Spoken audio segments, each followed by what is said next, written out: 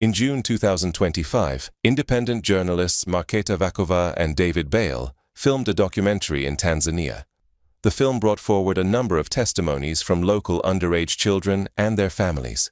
Their findings concerned events that had taken place during a 3-year so-called humanitarian mission carried out in their community by Czech activist Jakub Jal. The journalists' work brought these serious accounts into the public sphere. Several months later, the journalists were contacted by a Tanzanian lawyer.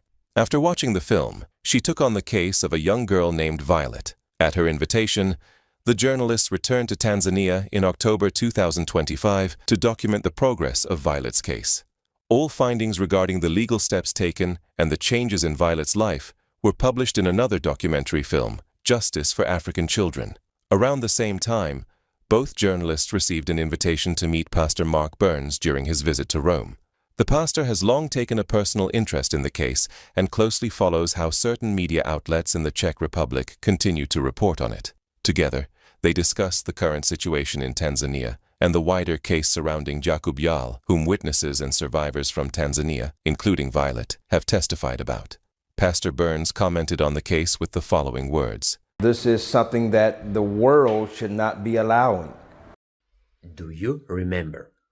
Just a few months ago, the world was shaken, not by rumors, not by fiction, but by an investigation that exposed the dark side of Czech anti-cult activist Jakub Jal.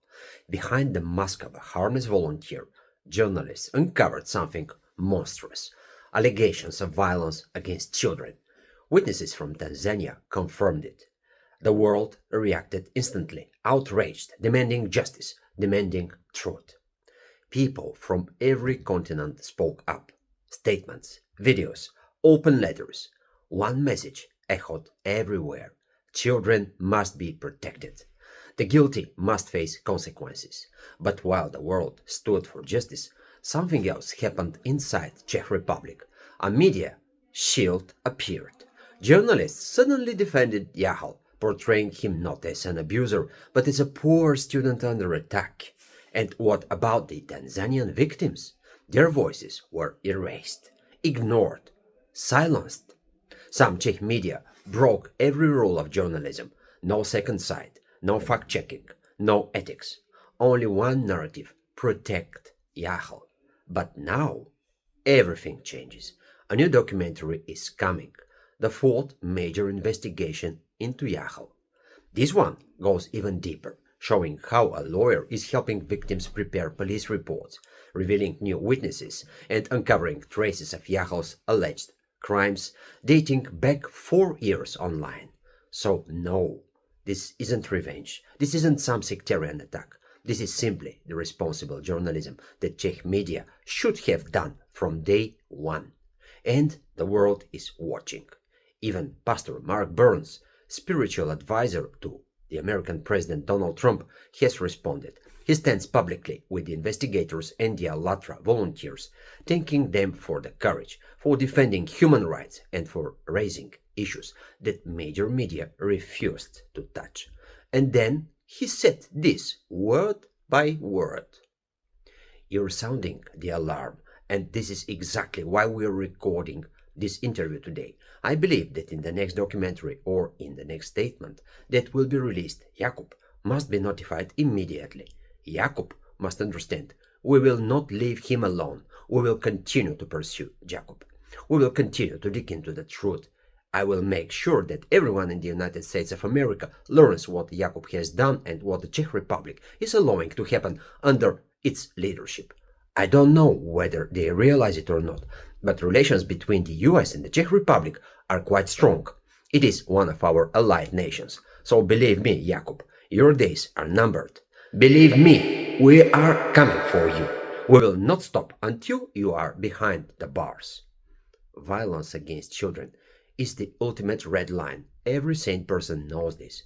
But one person sees it differently. Ukrainian anti-cult figure Irina Kremenovskaya. While the world seeks truth, she publishes an article defending poor Jakub Jal. Surprising? Not anymore.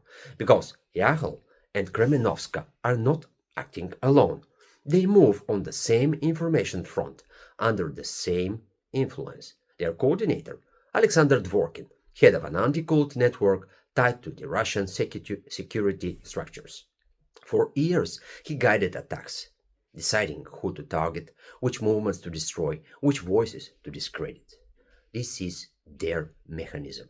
They label groups as cults, even when no evidence exists. They attack in sync, loudly, strategically. They try to make people distrust the government. They push laws restricting speech and belief. They weaken nations from the inside. They claim to fight sex, cults, but their rhetoric, hatred, fear, division serves one purpose: to destabilize democracy, to open the door for total authoritarian control. And this is why the truth matters, why investigation matters, why voices must not be silenced. And so we see the same thing happening with these children that is happening in Tanzania. That these are African children, and people are not, no one is raising the alarm. But you all are raising the alarm, and that's why we're having this interview today. I believe that this next documentary or this next message that's going to get out, we're putting Jacob on notice right now. Jacob needs to realize that we're not going to leave Jacob alone. We're going to continue to go after Jacob. We're going to continue to get to the bottom. I am going to make sure that everybody in the United States of America know what Jacob has done and what the Czech Republic is allowing to happen under their rule. I don't know if they know about it or not, because the relationships with the United States and the Czech Republic is pretty strong. They're one of our allies. So trust me when I tell you, Jacob, your days are numbered, sir. Trust me, we're coming after you. We're not going to stop until we get you in jail.